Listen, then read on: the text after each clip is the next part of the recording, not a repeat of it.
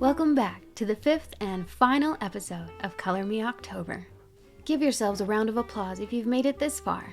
Since this is our grand finale, I thought I'd treat myself to a little spooky book mail. I've probably watched almost every single episode of Goosebumps, but I haven't read many of the books, so I think this is going to be fun to add to my collection. If you've read any books in the series, comment down below which was your favorite. Or your least favorite. For me, that's gotta be Night of the Living Dummy. But only because there's nothing scarier than a haunted puppet.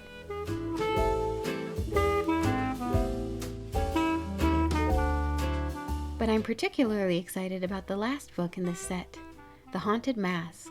This is the first Goosebumps movie I'd ever seen as a kid, and I watched it so many times. We had it on VHS, and I think it's one of the scariest Goosebumps made. Which brings us to today's story. Part 2 of The Haunted Mask. If you missed last week's episode, we read the first half of the book, so you might want to go back and catch up. But for those of you who tuned in, this week we'll be hearing the chilling conclusion of The Haunted Mask. Hope you enjoy. Viewer beware, you're in for a scare.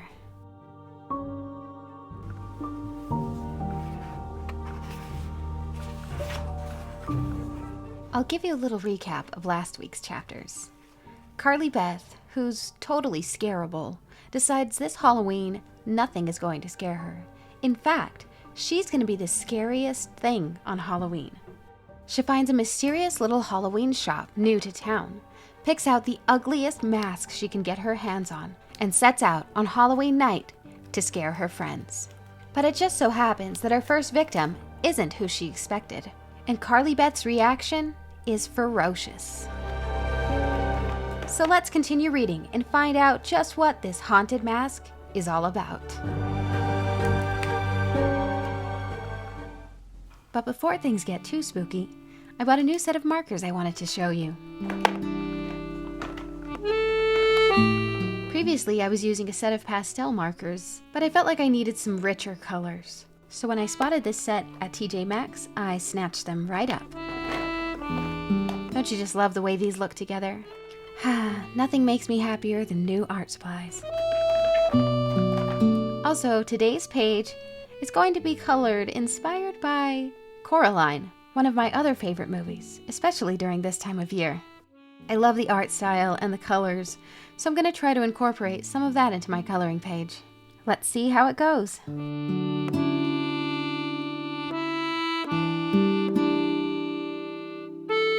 Now, back to Carly Beth and her haunted mask. Let's see what she's getting up to. Furious thoughts raged through Carly Beth's mind. She tensed her muscles, crouched low, and prepared to pounce. I'll chew her to bits. I'll tear her skin off her bones. But before she could make her move, the two boys pulled their mother away. Let's go, Mom. Yeah, let's go. She's crazy. Yeah, I'm crazy. Crazy, crazy, crazy. The word repeated, roaring through Carly Beth's mind. The mask grew hotter, tighter. The woman gave Carly Beth one last cold stare. Then she turned and led the two boys down the driveway. Carly Beth stared after them, panting loudly. She had a strong urge to chase after them, to really scare them.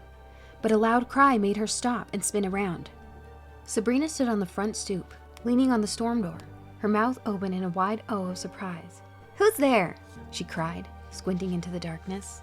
Sabrina was dressed as Catwoman, with a silver and gray catsuit and a silver mask. Her black hair was pulled tightly behind her head. Her dark eyes stared intently at Carly Beth. "Don't you recognize me?" Carly Beth rasped, stepping closer. She could see the fright in Sabrina's eyes. Sabrina gripped the door handle tightly, standing half in and half out of her house. "Don't you recognize me, Sabrina?" She waved the head of the broomstick, as if giving her friend a clue. Sabrina gasped and raised her hand to her mouth as she noticed the head on the pole. "Carly Beth, is that you?" she stammered. Her dark eyes darted from mask to head and then back again. "Hi, Sabrina," Carly Beth growled. "It's me." Sabrina continued to study her. "That mask," she cried finally. "It's excellent, really excellent. It's so scary. I like your catsuit," Carly Beth told her, stepping closer into the light.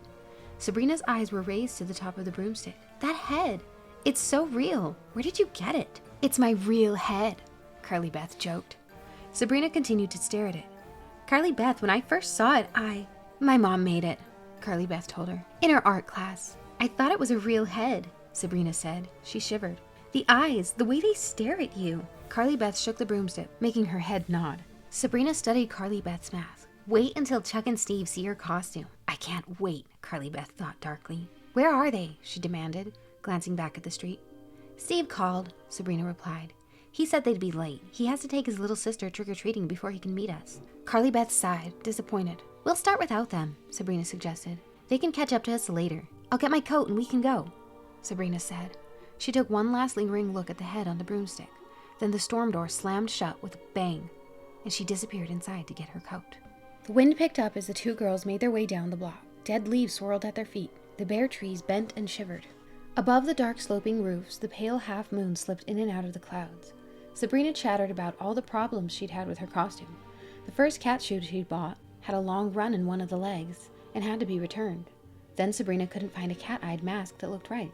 Carly Beth remained quiet. She couldn't hide her disappointment that Chuck and Steve hadn't met them as planned. What if they never catch up to us? She wondered. What if we don't see them at all? The whole point of the night, as far as Carly Beth was concerned, was meeting the two boys and scaring the living daylights out of them. Sabrina had given her a shopping bag to put her candy in.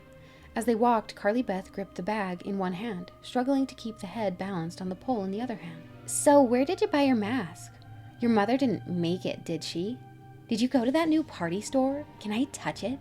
Sabrina always talked a lot, but tonight she was going for a world record of non-stop chatter. Carly Beth obediently stopped so that her friend could touch the mask. Sabrina pressed her fingers against the cheek, then instantly jerked them back. Ugh! It feels like skin! Carly Beth laughed, a scornful laugh she had never heard before. Yuck, what's it made of? Sabrina demanded. It isn't skin, is it? It's some kind of rubber, right? I guess, Carly Beth muttered. Then how come it's so warm? Sabrina asked. Is it uncomfortable to wear? You must be sweating like a pig. Feeling a surge of rage, Carly Beth dropped the bag and the broomstick. Shut up! Shut up! Shut up! She snarled. Then with an angry howl, she grabbed Sabrina's throat with both hands and began to choke her. Sabrina uttered a shocked cry and staggered back, pulling herself from Carly Beth's grip. Carly Beth! She sputtered. What is happening to me? Carly Beth wondered, gaping in horror at her friend. Why did I do that? Gotcha! Carly Beth exclaimed. She laughed. You should have seen the look on your face, Sabrina. Did you think I was really choking you? Sabrina rubbed her neck with one silver-gloved hand. That was a joke? You scared me to death. Carly Beth laughed again. Just keeping in character, she said lightly, pointing to her mask. You know, trying to get in the right mood. Haha. I like scaring people. Usually I'm the one who's trembling in fright. She picked up the bag and broomstick, fixing the plaster of Paris' head on top. Then she hurried up to the nearest driveway, toward a well-lit house, with a Happy Halloween banner in the front window. Does Sabrina believe it was a joke? Carly Beth asked herself, as she raised her shopping bag and rang the doorbell. What on earth was I doing? Why did I suddenly get so angry? Why did I attack my best friend like that? Sabrina stepped up beside her as the front door was pulled open. Two little blonde kids, a boy and a girl, appeared in the doorway. Their mother stepped up behind them. Trick or treat, Carly Beth and Sabrina called in unison. Oh, that's a scary mask, the woman said to her two children. What are you supposed to be, a cat? The little boy asked Sabrina. Sabrina meowed at him. Meow. I'm Catwoman, she told him. I don't like the other one, the little girl exclaimed to her mother. It's too scary. It's just a funny mask, her mother assured her daughter. Too scary, it's scaring me, the little girl insisted. Carly Beth leaned into the entryway of the house, bringing her grotesque face up close to the little girl. I'll eat you up, she growled nastily. The little girl screamed and disappeared into the house. Her brother stared wide-eyed at Carly Beth. The mother quickly dropped candy bars into the girl's bag. You shouldn't have scared her, she said softly. She has nightmares. Instead of apologizing, Carly Beth turned to the little boy. I'll eat you up, too, she snarled. Hey, stop, the woman protested. Carly Beth laughed, a deep-throated laugh, jumping off the porch and took off across the front lawn. Why'd you do that? Sabrina asked as they made their way across the street. Why'd you scare those kids like that? The mask made me do it, Carly Beth replied. She meant it as a joke, but the thought troubled her mind. At the next few houses, Carly Beth hung back and let Sabrina do the talking. At one house, a middle-aged man in a torn blue sweater pretended to be scared of Carly Beth's mask. His wife insisted that the girls come inside so that they could show their elderly mother the great costumes. Carly Beth groaned loudly but followed Sabrina into the house. The old woman gazed at them blankly from her wheelchair. Carly Beth growled at her, but it didn't appear to make any impression. On their way out the door, the man in the torn sweater handed each girl a green apple. Carly Beth waited till they were down on the sidewalk. Then she turned, pulled back her arm, and heaved the apple at the man's house with all her might. It made a loud thunk as it smacked against the shingled front wall near the front door. "I really hate getting apples on Halloween," Carly Beth declared. "Especially green ones."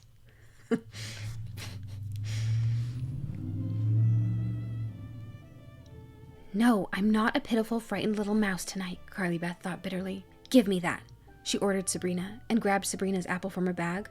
"Hey, stop!" Sabrina protested, but Carly Beth arched her arm and tossed Sabrina's apple at the house. It clanged noisily as it hit the aluminum gutter. The man in the torn sweater poked his head out the door. "Hey, what's the big idea?" "Run!" Carly Beth screamed. The two girls took off running at full speed down the block. They didn't stop until the house was out of sight. Sabrina grabbed Carly Beth's shoulders and held on, struggling to catch her breath. "You're crazy," she gasped. "You're really crazy." "It takes one to know one," Carly Beth said playfully. They both laughed. Carly Beth searched the block looking for Chuck and Steve. She saw a small group of costumed kids huddled together at the corner, but no sign of the two boys. Smaller houses jammed closer together lined the two sides of the block. "Let's split up," Carly Beth suggested, leaning against the broomstick. "We'll get more candy that way." Sabrina frowned at her friend, eyeing her suspiciously. "Carly Beth, you don't even like candy," she exclaimed. But Carly Beth was already running up the driveway to the first house, her sculpted head bobbing wildly above her on its broomstick. "This is my night," Carly Beth thought, accepting a candy bar from the smiling woman who answered the door. "My night." She felt a tingle of excitement she never felt before, and a strange feeling she couldn't describe, a hunger. A few minutes later, her shopping bag started to feel heavy. She came to the end of the block. She hesitated on the corner, trying to decide whether to do the other side of the street or to go on to the next block. It was very dark there, she realized. The moon had once again disappeared behind dark clouds. The corner streetlight was out, probably burned out. Across the street, 4 very young trick-or-treaters were giggling as they approached a house with a jack-o'-lantern on the porch. Carly Beth sank back into the darkness. She heard voices, boys' voices. Chuck and Steve? No, the voices were unfamiliar. They were arguing about where to trick-or-treat next. One of them wanted to go home and call a friend. "How about a little scare for you guys?" Carly Beth thought, a smile spreading across her face. "How about something to remember this Halloween night?" She waited, listening until they were a few feet away. She could see them now. 2 mummies, their faces wrapped in gauze. Closer. Closer. She waited for the perfect moment. Then she burst from the shadows, uttering an angry animal howl that shattered the air. The 2 boys gasped and jumped back. "Hey!" One of them tried to shout, but his voice caught in his throat. The other one dropped his bag of candy. As he started to pick it up, Carly Beth moved quickly. She grabbed the bag from his hand, jerked it away from him, and started to run. "Come back! That's mine! Hey!" Their voices were high and shrill, filled with fear and surprise. As she ran across the street, Carly Beth glanced back to see if they were following her. No, they were too frightened. They stood huddled together in the corner, shouting after her. Holding the stolen candy bag tightly in her free hand, Carly Beth tossed back her head and laughed. A cruel laugh, a triumphant laugh, a laugh she had never heard before. She emptied the boy's candy into her own bag, then tossed his bag onto the ground. She felt good, really strong, and ready for more fun. "Come on, Chuck and Steve," she thought. "It's your turn next."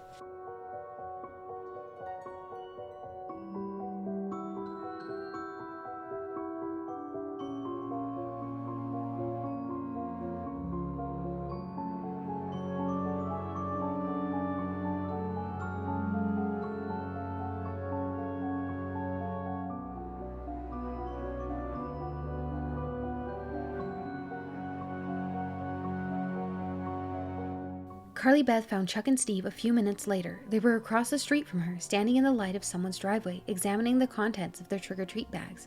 Carly Beth ducked behind the wide trunk of an old tree near the sidewalk. Her heart began to pound as she spied on them. Neither boy had bothered to put on real costumes. Chuck had a red bandana tied around his head, and a black mask over his eyes. Steve had blackened his cheeks and forehead with big smudges, and wore an old tennis hat and a torn raincoat. Is he supposed to be a bum? Carly Beth wondered. She watched them sift through their bags. They had been out for quite a while, she saw. Their bags appeared pretty full. Suddenly, Steve glanced up in her direction. Carly Beth jerked her head back behind the tree trunk. Had he seen her? No. "Don't blow it now," she told herself. "You've waited so long for this moment. You've waited so long to pay them back for all the scares." Carly Beth watched the 2 boys, make their way up to the front porch of the next house. Nearly tripping over the broomstick, she darted away from the tree. She ran across the street and ducked low behind a hedge. When they come back down the driveway, I'll leap out.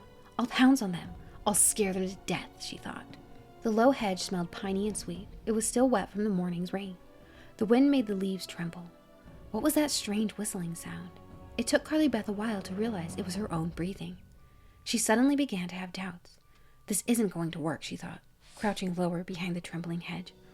I am a complete jerk. Chuck and Steve aren't going to be scared by a stupid mask.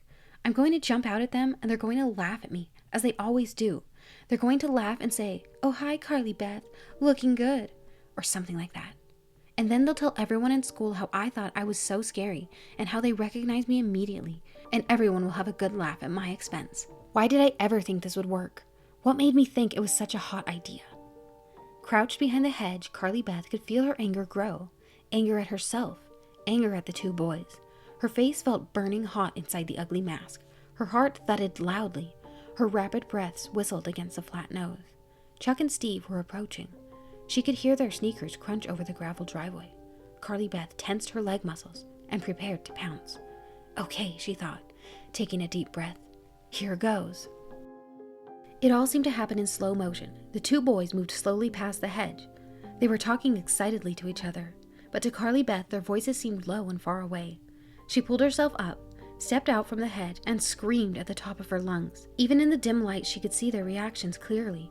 Their eyes went wide, their mouths dropped open, their hands shot up above their heads. Steve cried out. Chuck grabbed the sleeve of his coat. Carly Beth's scream echoed over the dark front lawn.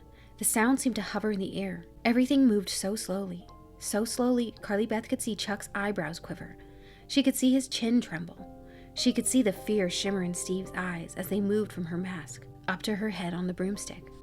She waved the broomstick menacingly. Steve uttered a frightened whimper. Chuck gaped at Carly Beth, his frightened eyes locked onto hers. "Carly Beth, is that you?" he finally managed to choke out. Carly Beth uttered an animal growl, but didn't reply. "Who are you?" Steve demanded, his voice trembling. It's Carly Beth, I think," Chuck told him. "Is that you in there, Carly Beth?" Steve let out a tense laugh. Carly Beth waved the broomstick. She pointed up to the head. "That's Carly Beth's head," she told them. Her voice was a deep, throaty rasp. Both boys gazed up at it uncertainly. "That's Carly Beth's head," she repeated slowly, waving it towards them. The painted eyes of the sculpted face appeared to glare down at them. Poor Carly Beth didn't want to give up her head tonight, but I took it anyway. Both boys stared up at the head. Chuck continued to grip Steve's coat sleeve. Steve uttered another tense laugh. He stared at Carly Beth, his expression confused. "You're Carly Beth, right? How are you making that weird voice?" "That's your friend, Carly Beth," she growled, pointing up to the head on the broomstick. "That's all that's left of her." Chuck swallowed hard, his eyes trained on the bobbing head. Steve stared intently at Carly Beth's mask. "Hand over your candy," Carly Beth snarled, surprised at the vicious tone in her voice. "Hand it over now or I'll put your heads on the stick." Both boys laughed, shrill giggles. "I'm not joking," Carly Beth roared. Her angry words cut their laughter short. "Carly Beth, give us a break," Chuck muttered uncertainly, his eyes still narrowed in fear. "Yeah, really. Hand over your bags," Carly Beth insisted coldly, "or your heads will adorn my stick." She lowered the broomstick toward them menacingly. As she lowered it, all three of them studied the frozen face. The face that looked so real, that looked so much like Carly Beth Caldwell.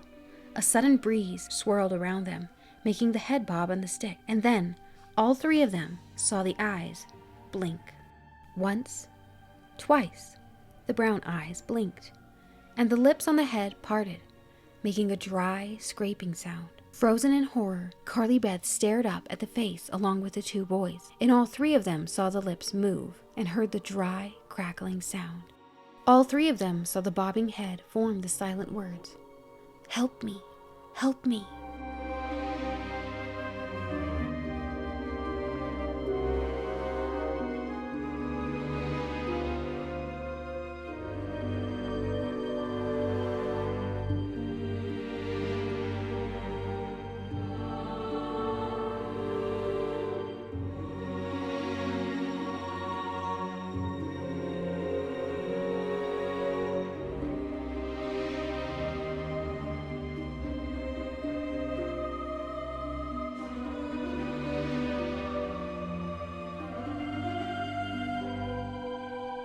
In her horror, Carly Beth let go of the broomstick. It hit the ground beside Chuck. The head rolled under the hedge. It talked, Steve cried. Chuck uttered a low whimper. Without another word, both boys dropped their candy bags and took off, their sneakers thudding loudly on the sidewalk. The wind swirled around Carly Beth as if holding her in place. She felt like tossing her head back and howling. She felt like tearing off her coat and flying through the night. She felt like climbing a tree, leaping onto a roof, roaring up at the starless black sky. She stood frozen for a long moment, letting the wind sweep around her. The boys were gone. They had fled in terror.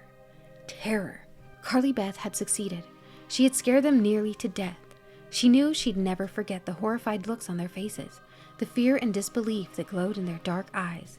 And she would never forget the feeling of triumph, the thrilling sweetness of revenge. For a brief moment, she realized she had felt the fear, too. She had imagined that the head on the stick had come to life, had blinked its eyes and spoken silently to them. For a brief moment, she had caught the fear. She had fallen under the spell of her own trickery. But of course, the head hadn't come alive, she assured herself now. Of course the lips hadn't moved, hadn't made their silent plea, "Help me, help me." It had to be shadows, she knew. Shadows cast by the light of the moon, floating out from behind the shifting black clouds. Where was the head? Where was the broomstick she had dropped? It didn't matter now. They were no longer of any use to her. Carly Beth had won her victory. Now she was running wildly over the front lawns, jumping over shrubs and hedges, flying over the dark, hard ground. She was running blindly. The houses whirred past on both sides. The blustery wind swirled. She swirled with it, rising over the sidewalks, rushing through tall weeds, blowing with the wind like a helpless leaf. Holding her bulging candy bag, she ran past startled trick-or-treaters, past glowing pumpkins, past rattling skeletons. She ran until her breath gave out. Then she stopped, panting loudly, and shut her eyes, waiting for her heart to stop pounding, for the blood to stop pulsing in her temples.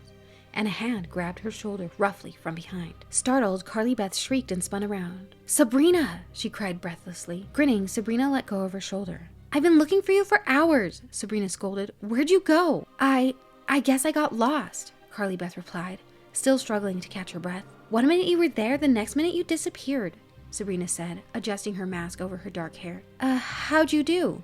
Carly Beth asked, trying to speak in her normal voice. "I ripped my catsuit," Sabrina complained, frowning. She pulled at the lycra material on one leg to show Carly Beth. "Snagged it on a stupid mailbox." "Bad news," Carly Beth sympathized. "Did you scare anyone with that mask?" Sabrina demanded, still fingering the tear in her catsuit leg. "Yeah, a few kids," Carly Beth replied casually. "It's really gross," Sabrina said. "That's why I picked it." They both laughed. "Did you get a lot of candy?" Sabrina asked. She picked up Carly Beth's bag and looked inside. "Wow, what a haul." "I hit a lot of houses," Carly Beth said. "Let's go back to my house and check out the loot," Sabrina suggested. "Yeah, okay." Carly Beth followed her friend across the street. "Unless you want to trick or treat some more," Sabrina offered, stopping in the middle of the street. "No, I've done enough," Carly Beth said. She laughed to herself. "I did everything I wanted to do tonight." They started walking again. They were walking against the wind, but Carly Beth didn't feel all that chilled. Two girls in frilly dresses, their faces brightly made up, mop-like wigs on their heads, ran by. One of them slowed when she caught sight of Carly Beth's mask. She uttered a soft gasp, then hurried after her friend. "Did you see Chuck and Steve?" Sabrina asked. "I searched everywhere for them," she groaned. "That's all I did tonight. I spent the whole night looking for everybody. You, Steve, and Chuck. How come we never got together?" Carly Beth shrugged. "I saw them," she told her friend. "A few minutes ago, back there." She motioned with her hand. "They're such scaredy cats." "Huh? Steve and Chuck?" Sabrina's expression turned to surprise. "Yeah, they got one look at my mask and they took off," Carly Beth told her, laughing. "They were screaming like babies." Sabrina joined in the laughter. "I don't believe it," she exclaimed. "They always act so tough, and I called after them, but they just kept running," Carly Beth told her, grinning. "Weird," Sabrina declared. "Yeah, weird," Carly Beth agreed. "Did they know it was you?" Sabrina asked. Carly Beth shrugged. "I don't know. They took one look at me and they ran like rabbits." "They told me they planned to scare you," Sabrina revealed. "They were going to sneak up behind you and make scary noises or something." Carly Beth snickered. "It's hard to sneak up behind someone when you're running for your life." Sabrina's house came into view. Carly Beth shifted the candy bag to her other hand. "I've got some good stuff," Sabrina said, peering into her bag as she walked. "I had to get a lot. I have to share it with my cousin. She has the flu and couldn't trick-or-treat tonight." "I'm not sharing any of mine," Carly Beth said. "Noah went out with his pals. He'll probably come home with a year's supply." Mrs. Connolly gave cookies and popcorn again this year, Sabrina said, sighing. I'll have to throw it all out. Mom won't let me eat anything that isn't wrapped. She's afraid some ghoul will put poison in it. Sabrina knocked on her front door. A few seconds later, her mother opened it and the girls entered. That's some mask, Carly Beth, she said, studying it. How'd you girls do? Okay, I think, Sabrina replied. Well, just remember. I know, Mom, Sabrina interrupted impatiently.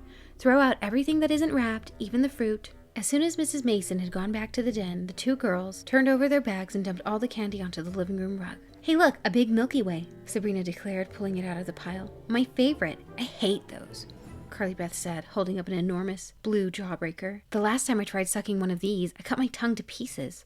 She tossed it into Sabrina's pile. Thanks a bunch, Sabrina said sarcastically. She tugged off her mask and dropped it onto the carpet. Her face was flushed. She shook out her black hair. There, that feels better, Sabrina said. Don't you want to take off your mask? You must be boiling inside it. Yeah, good idea. Carly Beth had actually forgotten she was wearing a mask. She reached up with both hands and tugged at the ears. Ouch! The mask didn't budge. She pulled it by the top of the head. Then she tried stretching it out and tugging it from the cheeks. Ouch!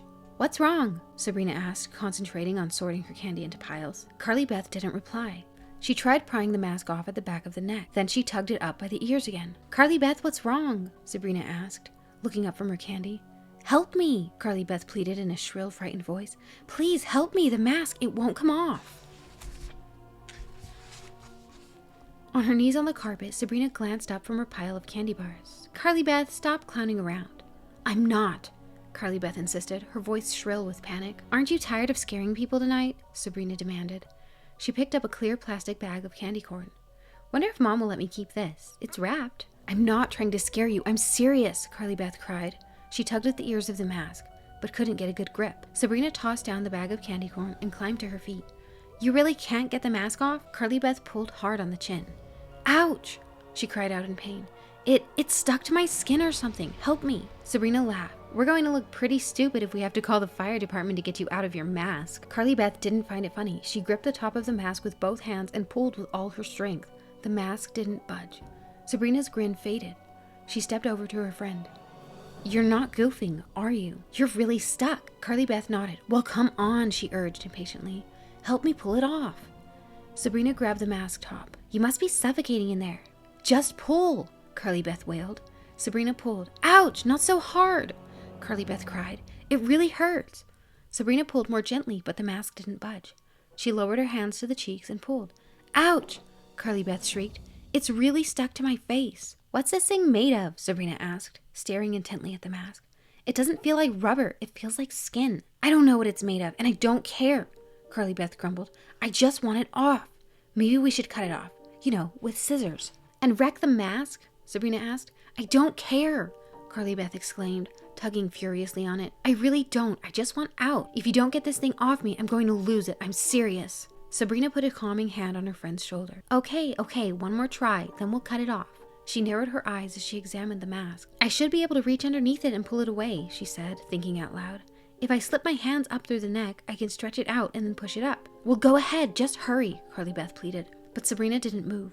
Her dark eyes grew wide, and her mouth dropped open as she studied the mask. She uttered a soft gasp of surprise. Sabrina, what's the matter? Carly Beth demanded. Sabrina didn't reply. Instead, she ran her fingers over Carly Beth's throat. Her astonished expression remained frozen on her face. She moved behind Carly Beth and ran her fingers along the back of Carly Beth's neck. What is it? What's the matter? Carly Beth demanded shrilly. Sabrina ran a hand back through her black hair. Her forehead wrinkled in concentration. Carly Beth, she said finally, there's something very weird going on here. What? What are you talking about? Carly Beth demanded. There's no bottom to the mask. What? Carly Beth's hands shot up to her neck. She felt around frantically. What do you mean? There's no line, Sabrina told her in a trembling voice. There's no line between the mask and your skin. No place to slip my hand in. But that's crazy, Carly Beth cried. She moved her hands to her throat, pushing up her skin, feeling for the bottom of the mask. That's crazy, just crazy. Sabrina raised her hands to her face, her features tight with horror. That's crazy, crazy, Carly Beth repeated in a high-pitched, frightened voice. But as her trembling fingers desperately explored her neck, Carly Beth realized that her friend was right. There was no longer a bottom to the mask, no place where the mask ended, no opening between the mask and Carly Beth's skin. The mask had become her face. Her hands still frantically searching her throat as she stepped up to the large rectangular wall mirror and brought her face close to the glass. "No line," she cried. "No mask line." Sabrina stood a few feet back, her expression troubled. I don't understand it," she muttered, staring at Carly Beth's reflection. Carly Beth uttered a sharp gasp. "Those aren't my eyes!" she screamed. "What?" Sabrina stepped up beside her, still staring into the mirror. "Those aren't my eyes," Carly Beth wailed. "My eyes don't look like that." "Try to calm down," Sabrina urged softly. "Your eyes, they're not mine. Not mine," Carly Beth cried, ignoring her friend's plea for calm. "Where are my eyes? Where am I? Where am I, Sabrina? This isn't me in here." "Carly Beth, please calm down," Sabrina urged, but her voice came out choked and frightened. "It isn't me. It isn't me," Carly Beth declared, gaping in open-mouthed horror at her reflection, her hands pressed tightly against the grotesque, wrinkled cheek of the mask. "It isn't me." Sabrina reached out to her friend, but Carly Beth pulled away with a high-pitched wail, a cry of horror and despair. She flung herself through the hallway. She pulled open the front door, struggling with the lock, sobbing loudly. "Carly Beth, stop! Come back!" Ignoring Sabrina's pleas, Carly Beth plunged back into the darkness. The storm doors slammed behind her. As she began to run, she could hear Sabrina's frantic cries from the doorway. "Carly Beth, your coat! Come back! You forgot your coat!" Carly Beth's sneakers thudded over the hard ground. She ran in the darkness, beneath the trees, as if trying to hide, as if trying to keep her hideous face from view. She reached the sidewalk, turned right, and kept running. She had no idea where she was going. She only knew she had to run away from Sabrina, away from the mirror. She wanted to run away from herself, away from her face, the hideous face that had stared back at her in the mirror with those frightening, unfamiliar eyes. Someone else's eyes in her head, only it was no longer her head. It was an ugly green monster head that had attached itself to hers. Uttering another cry of panic, Carly Beth crossed the street and kept running. The dark trees, black against the starless night sky, swayed and shivered overhead. Houses whirred past, a blur of orange light from their windows. Into the darkness she ran, breathing noisily through the ugly flat nose. She lowered her smooth green head against the wind and stared at the ground as she ran. But no matter where she turned her gaze, she saw the mask. She saw the face staring back at her, the ugly puckered skin, the glowing orange eyes, the rows of jagged animal teeth. "My face! My face!" High-pitched screams startled her from her thoughts. Carly Beth glanced up to see that she had run into a group of trick-or-treaters. There were 6 or 7 of them, all turned toward her, screaming and pointing. She opened her mouth wide, revealing the sharp fangs, and growled at them, a deep animal growl. The growl made them grow silent. They stared hard at her, trying to decide if she was threatening them or only kidding. "What are you supposed to be?" a girl in a red and white ruffled clown costume called her. "I'm supposed to be me, but I'm not," Carly Beth thought bitterly. She ignored the question, lowering her head, turning away from them. She started to run again. She could hear them laughing now. They were laughing in relief, she knew, glad she was leaving them. With a bitter sob, she turned the corner and kept running. Where am I going? Where am I going? Am I going to keep running forever? The questions roared through her mind. She stopped short when the party store came into view. Of course, she thought, the party store, the strange man in the cape. He'll help me. He'll know what to do. The man in the cape will know how to get this mask off.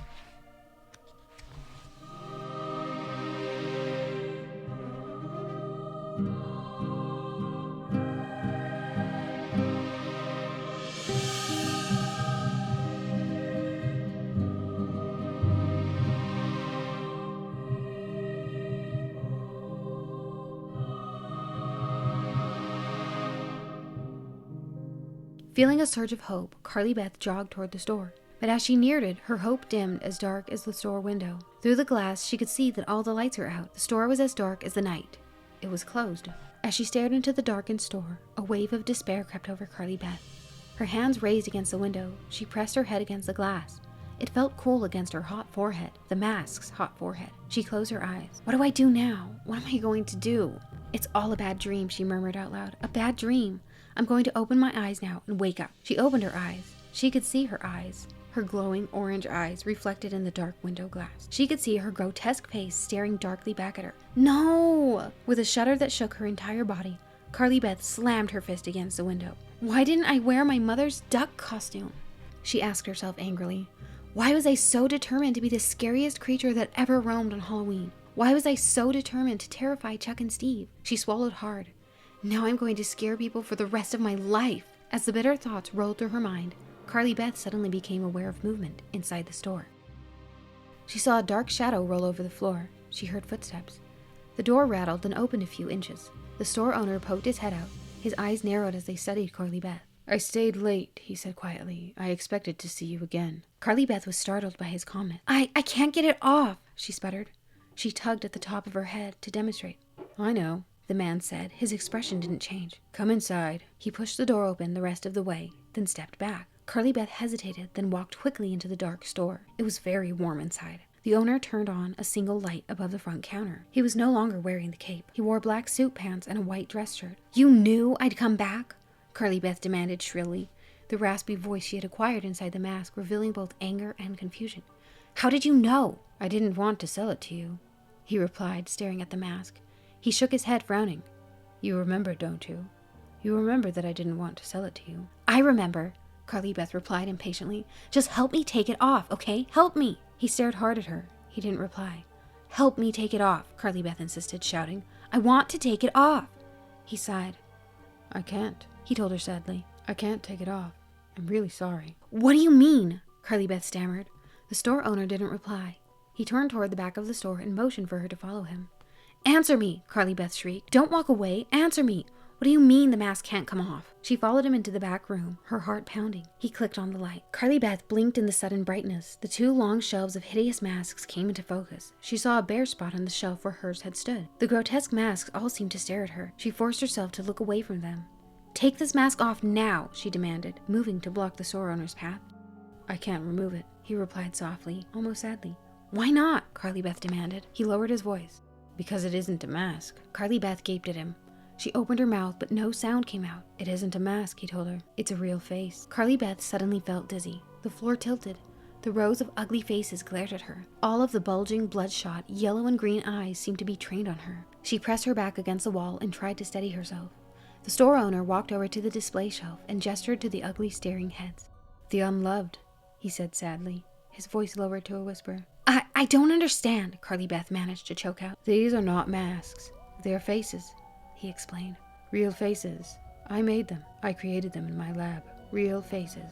But they're so ugly. Why? They weren't ugly in the beginning, he interrupted, his voice bitter, his eyes angry. They were beautiful, and they were alive. But something went wrong. When they were taken out of my lab, they changed. My experiments, my poor heads, were a failure. But I had to keep them alive. I had to. I don't believe it, Carly Beth exclaimed, raising her hands to the sides of her face, her green, distorted face.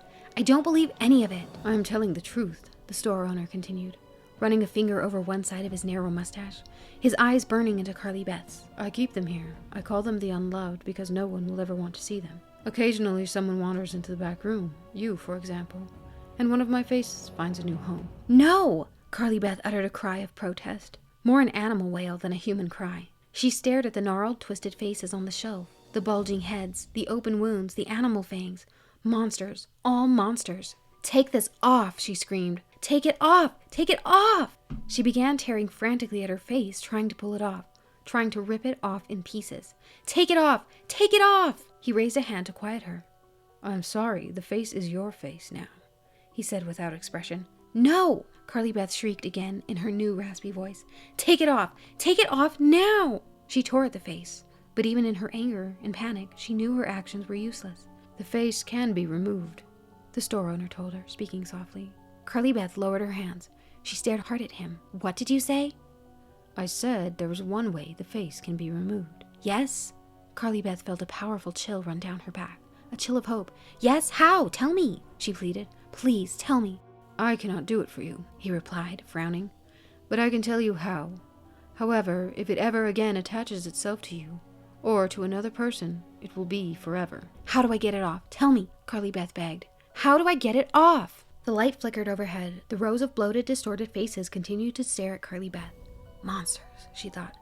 It's a room full of monsters waiting to come alive. And now I'm one of them. Now I'm a monster too. The floorboards creaked as the store owner moved away from the display shelves and came up close to Carly Beth.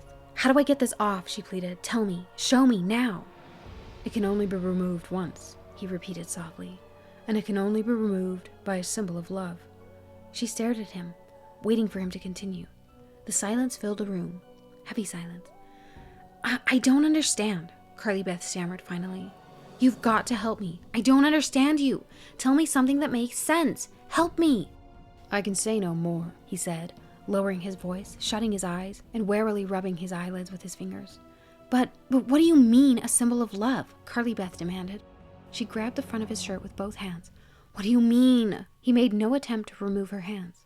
I can say no more, he repeated in a whisper. No, she shouted.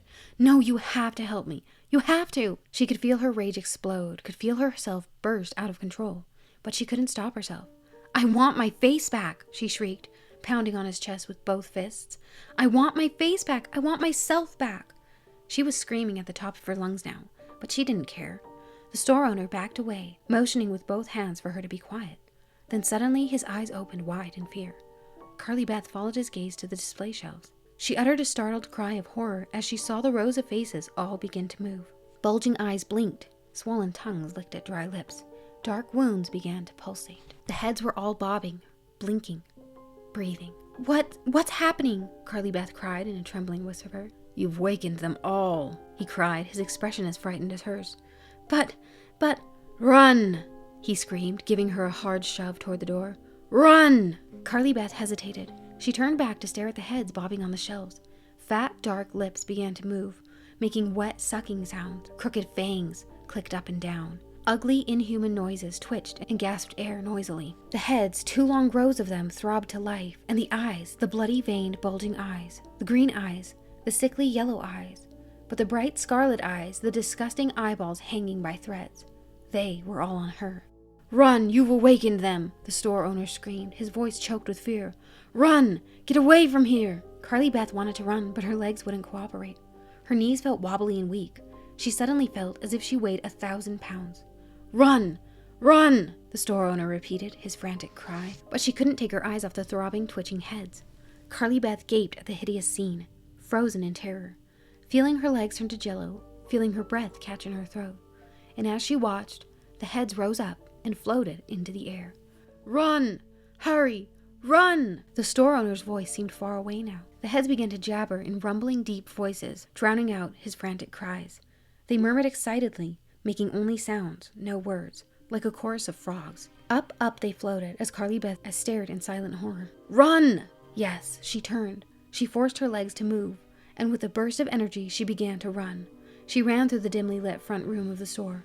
Her hands grabbed for the doorknob and she pulled open the door. A second later, she was out on the sidewalk, running through the darkness. Her sneakers thudded loudly on the pavement. She felt a shock of cold air against her hot, green face, her monster face. The monster face she could not remove. She crossed the street and kept running. What was that sound? That deep gurgling sound? That low murmur that seemed to be following her? Following her? Oh no. Carly Beth cried out as she glanced back and saw the gruesome heads flying after her. A ghoulish parade. They flew in single file, one long chain of throbbing, jabbering heads.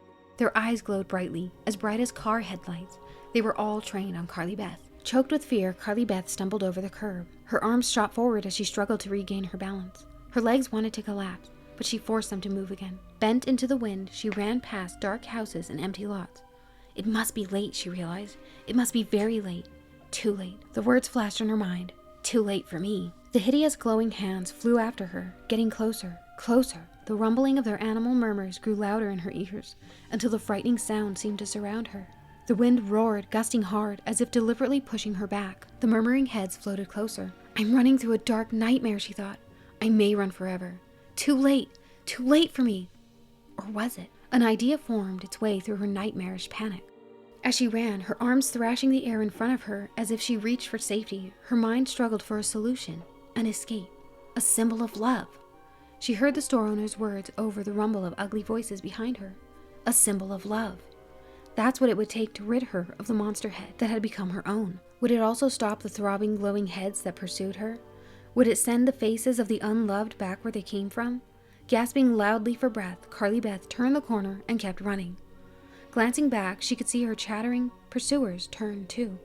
Where am I? She wondered, turning her eyes to the houses she was passing. She had been too frightened to care where she ran. But now, Carly Beth had an idea, a desperate idea, and she had to get there before the gruesome parade of heads caught up with her. She had a symbol of love.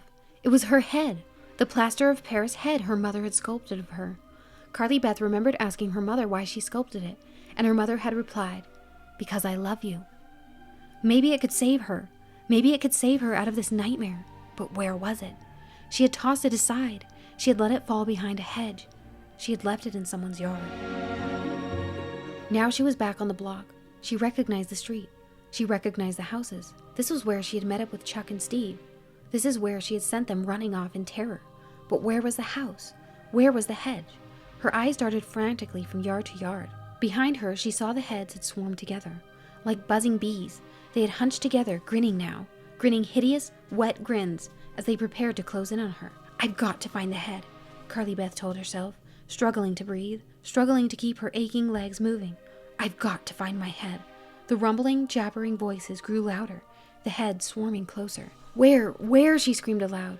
And then she saw the tall hedge across the street, the yard across the street, the head, the beautiful head. She had let it fall behind that hedge. Could she get to it before the ugly head swarmed her? Yes.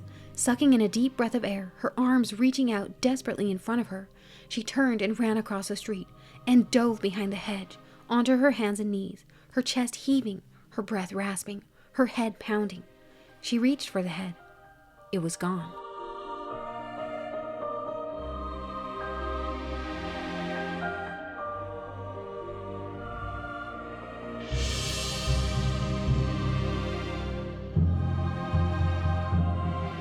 My last chance, Carly Beth thought, searching blindly, her hand thrashing frantically through the bottom of the hedge. Gone.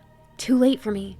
Still on her knees, she turned to face the ghoulish pursuers. The heads, jabbering their mindless sounds, rose up in front of her, forming a wall. Carly Beth started to her feet. The throbbing wall of monster heads inched closer. She turned, searching for an escape route, and saw it. Saw her head. Saw the plaster of Paris head staring up at her from between two upraised roots in a big tree near the driveway. The wind must have blown it over there, she realized. And as the ugly heads bobbed closer, she dove for the tree and grabbed the head with both hands. With a cry of triumph, she turned the sculpted face toward the jabbering heads and raised it high. Go away!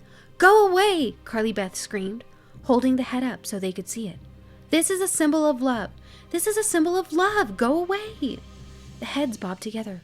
Glowing eyes stared at the sculpted head. They murmured excitedly. Wet smiles formed on their distorted lips. Go away! Go away! Carly Beth heard them laugh. Low, scornful laughter. Then they moved quickly, surrounding her, eager to swallow her up. Too late for me. The words repeated in Carly Beth's mind. Her idea had failed. The heads swarmed around her, drooling over her, eyes bulging gleefully in triumph. Their rumbling murmurs became a roar. She felt herself being swallowed up in their foul-smelling heat. Without thinking, she lowered the sculpted head and pulled it down over her own hideous monster head. To her surprise, it slid over her like a mask. I'm wearing my own face like a mask, she thought bitterly. As she pulled it over her, darkness descended. There were no eye holes. She couldn't see out. She couldn't hear. What will the gruesome heads do to me, she wondered, alone with her fear. Will I become one of the unloved now? Will I end up on display on a shelf along with them? Surrounded by the tight, silent darkness, Carly Beth waited. And waited. She could feel the blood pulsing in her temples.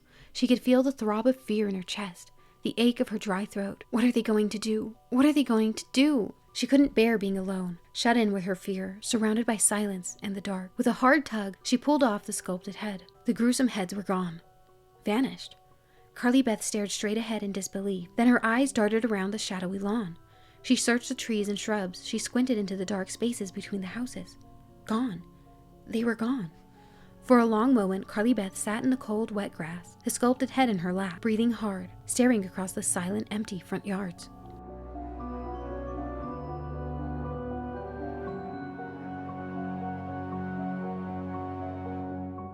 Soon her breathing returned to normal. She climbed to her feet. The wind had gentled. The pale half moon slipped out from behind the dark clouds that had covered it. Carly Beth felt something flap against her throat. Startled, she reached up and felt the bottom of the mask. The bottom of the mask? Yes! There was a gap between the mask and her neck. Hey! She cried aloud, setting the sculpted head down gently at her feet. She raised both hands to the bottom of the mask and pulled up. The mask came off easily. Stunned, she lowered it and held it in front of her. She folded it up and unfolded it. The orange eyes that had glowed like fire had faded. The pointed animal fangs had become rubbery and limp. You're just a mask! Just a mask again. Laughing gleefully, she tossed it up in the air and caught it. It can be removed only once, the store owner had told her. Only once by a symbol of love. Well, I've done it, Carly Beth told herself happily. I've removed it, and don't worry, I'll never put it on again. Never. She suddenly felt exhausted. I've got to get home, she told herself.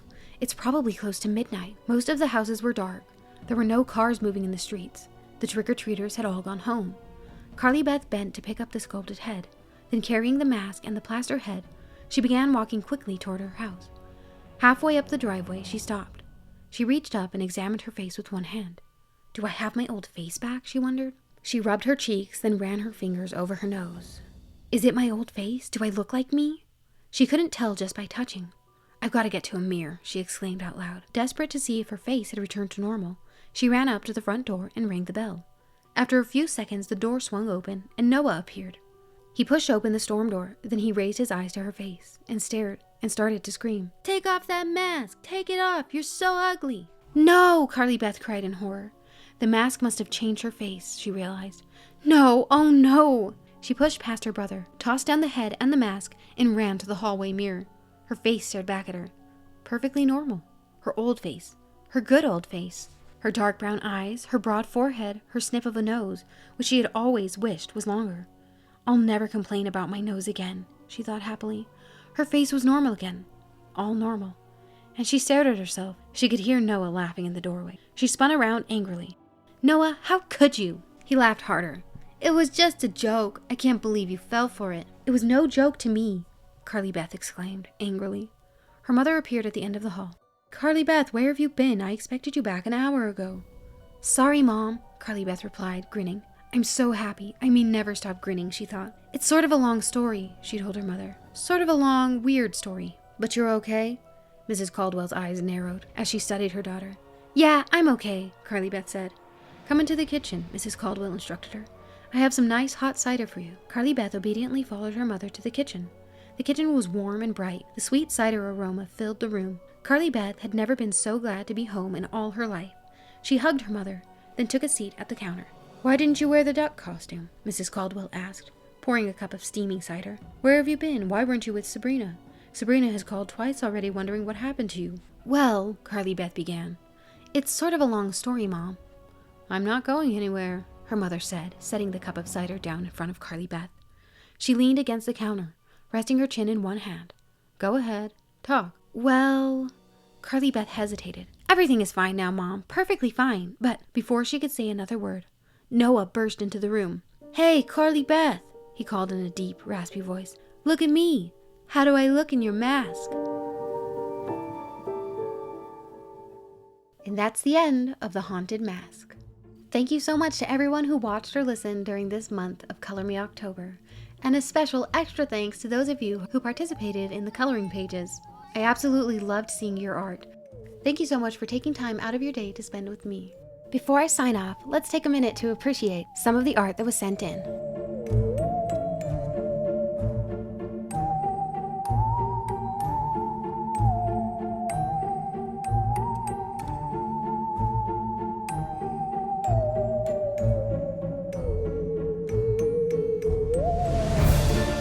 Great job, everyone. Take care, and I'll see you next time.